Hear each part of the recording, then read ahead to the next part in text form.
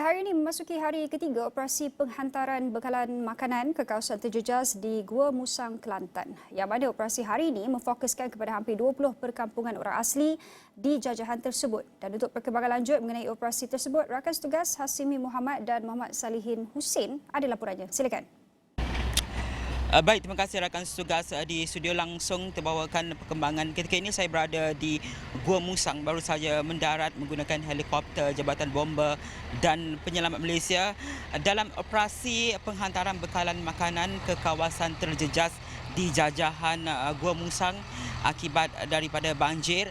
Dan ketika ini kita baru mendarat di sini selepas perjalanan dari lapangan terbang Subang yang mengambil masa sekitar 1 jam 15 minit. Boleh saya ceritakan berdasarkan tinjauan udara ketika dalam perjalanan ke sini, kita lihat dari atas kebanyakan lokasi sekitar di Gua Musang khususnya sudah pun surut daripada banjir. Dan ketika ini antara fokus utama adalah untuk menghantar bekalan makanan kepada mangsa yang terputus hubungan. Dan untuk hari ini, operasi ini dibantu oleh Jabatan Bomber dan Penyelamat Malaysia dengan kerjasama JAKWA, yang mana bekalan makanan telah pun disediakan oleh JAKWA Negeri dan JAKWA Pusat, yang mana ketika ini operasi ketika ini memfokuskan untuk punggahan bekalan makanan asas ke dalam helikopter dari unit udara JBPM, yang mana untuk hari ini selain daripada pihak JAKWA yang akan terlibat dalam operasi yang telah pun memasuki hari ketiga, disertai oleh pengarah bahagian udara JBPM Datuk Nazili Mahmud dan juga pengarah bahagian pengurusan korporat JBPM penolong Purusjaya Bomber Azmi Sadun.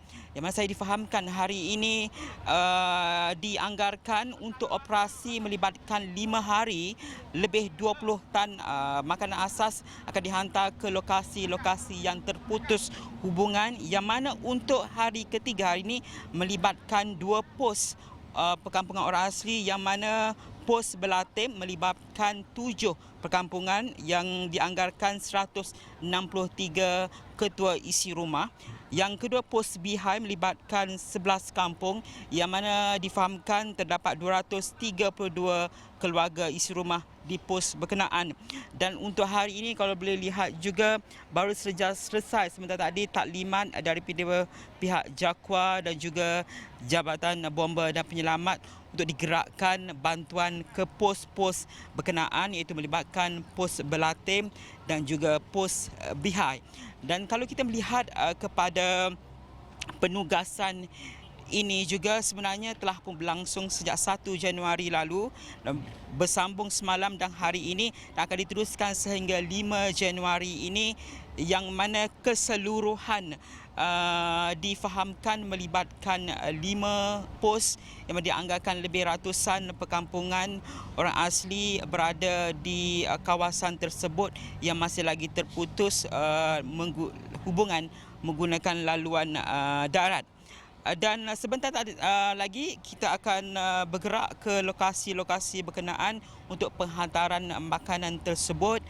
Dan kalau kita melihat kepada info banjir tersebut di Kelantan ini, ketika ini mangsa-mangsa banjir telah pun mula menurun, dan ketika ini operasi memfokuskan kepada bantuan selepas pasca banjir, termasuk juga menghantar bantuan bekalan makanan dan juga keperluan asas lain yang diperlukan oleh mangsa-mangsa yang masih lagi terjejas dan pulang ke rumah untuk proses pembersihan dan sebagainya.